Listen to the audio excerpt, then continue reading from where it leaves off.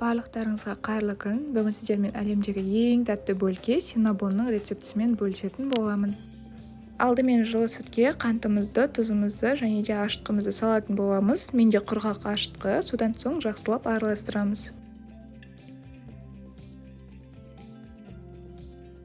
Содан соң сары майымызды, жұмыртқамызды салып, жақсылап қантымыз ергенше араластыратын боламыз.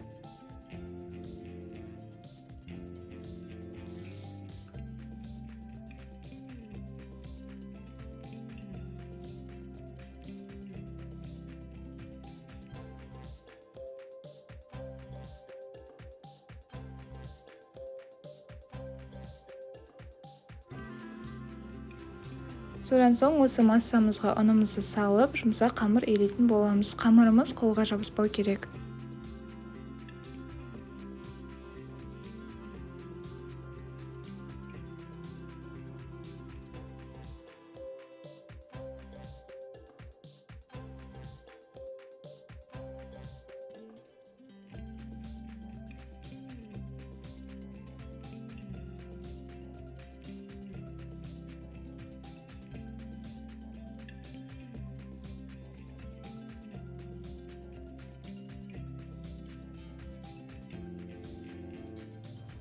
Бізде жұмсақ қамыр иленді. Енді осы қамырымыздың бетін жауып, 1,5-2 сағатқа көтерілуге тынықтырып қоятын боламыз.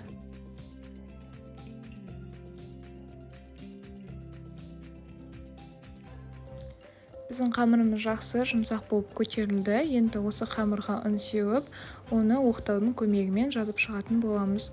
Біздің қамырымыздың қалыңдығы 1 сантиметрдей болуы керек.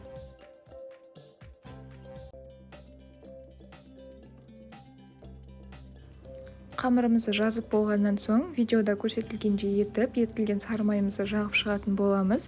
Содан соң қантымыз бен корицамызды араластырып, оны сеуіп шығамыз.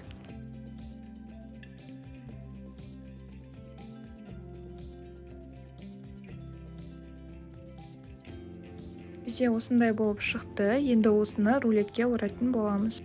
Бөлкемізді міндетті түрде қызып тұрған пешке салу керек. Мен осы орап жатырған кезде пешімді 180 градусқа қосып қойдым. Сонда біздің бөлкеміз өте жұмсақ, әрі тез пісетін болады. Енді біздің рулетімізді кесу керек. Бізге кесу үшін жіптің көмегі қажет. Қарапайым ғана жіп, екі жағы өте тегіс болып, жақсы болып кесіледі.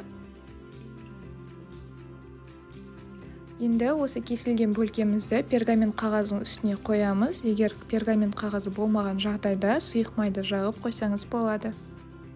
Бөлкелерімізді орналастырғанда араларын жақын етіп қоюға болмайды, себебі пешке салған кезде олар жақсы болып көтеріліп, бірнеше орын алады, сондықтан да бір-біріне жабысып қалуы мүмкін. Бөлкелеріміз 180 градуста 25 минуттай пісіп шығатын болады. Әзірге біз помадкамызды дайындайтын боламыз. Оған бізге қаймақ пен қант ұнтағы қажет болады. Екеуін жақсылап араластырып аламыз.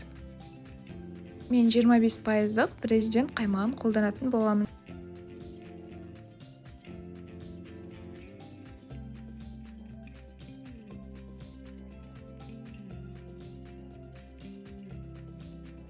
Осымен біздің бөлкеміз дайын болды. Өте дәмді шықты және жақсы көтерілді. Енді помадкамызды жағып, дастарханға ұсына берсек болады. Сіздер де дайындап көріңіздер, астарыңыз дәмді болсын.